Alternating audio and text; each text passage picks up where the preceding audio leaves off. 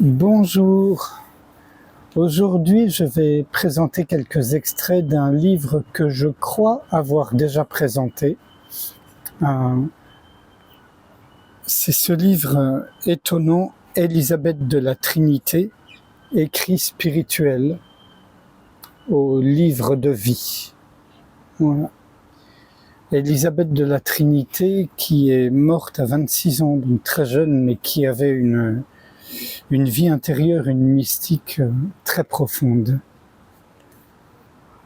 Donc évidemment, elle est chrétienne, donc elle s'exprime en langage chrétien. Mais vous allez voir,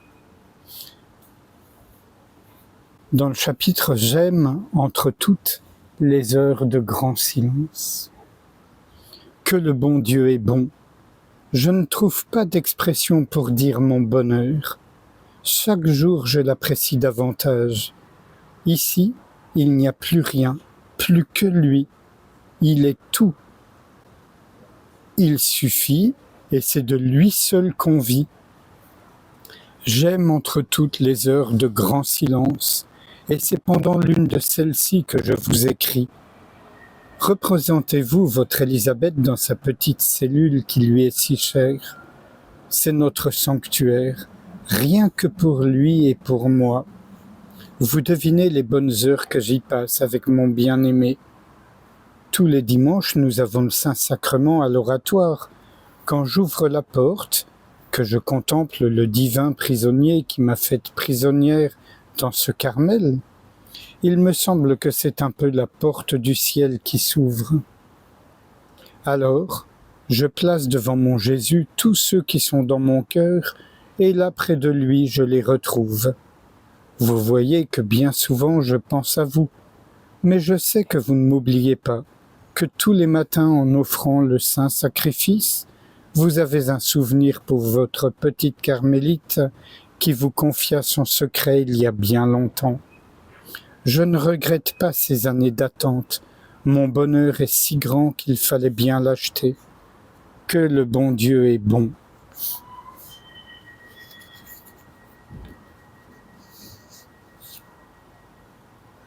Dans le chapitre « S'il ne remplissait pas nos cloîtres », je ne suis jamais seul. Mon Christ est toujours là, toujours priant en moi, et je prie avec lui. Ah, si je pouvais t'apprendre le secret du bonheur comme le bon Dieu me l'a appris. Tu dis que je n'ai ni souci ni souffrance. Il est vrai que je suis bien heureuse. Mais si tu savais comme, alors même que l'on est contrarié, on peut être tout aussi heureux. Il faut toujours regarder au bon Dieu. Au commencement, il faut faire des efforts lorsqu'on sent tout bouillonner en soi, mais tout doucement, à force de patience et avec le bon Dieu, on vient à bout. Il faut que tu te bâtisses, comme moi, une petite cellule au-dedans de ton âme. Tu penseras que le bon Dieu est là et tu y entreras de temps en temps. Lorsque tu sens tes nerfs, que tu es malheureuse, vite sauve-toi là et confie tout cela au Maître. Ah, si tu le connaissais un peu, la prière ne t'ennuierait plus. Il me semble que c'est un repos, un délassement. On vient tout simplement à celui qu'on aime. On se tient tout près de lui, comme un petit enfant dans les bras de sa mère, et on laisse aller son cœur.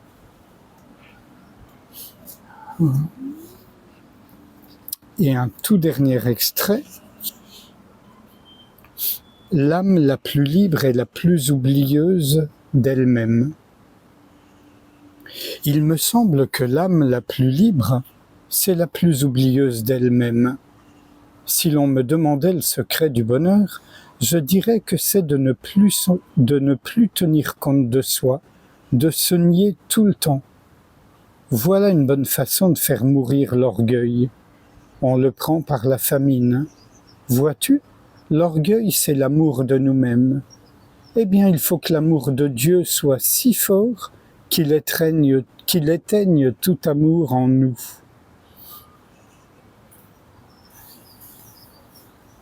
Et sans réfléchir à ce qui vient d'être lu, Je vous invite à ce qu'on passe un moment ensemble en silence. Et quand on ne s'implique pas dans les pensées, les sensations, le chant du monde, etc., ben, ce qui demeure, c'est le silence que certains appellent Dieu, l'espace infiniment ouvert, la présence.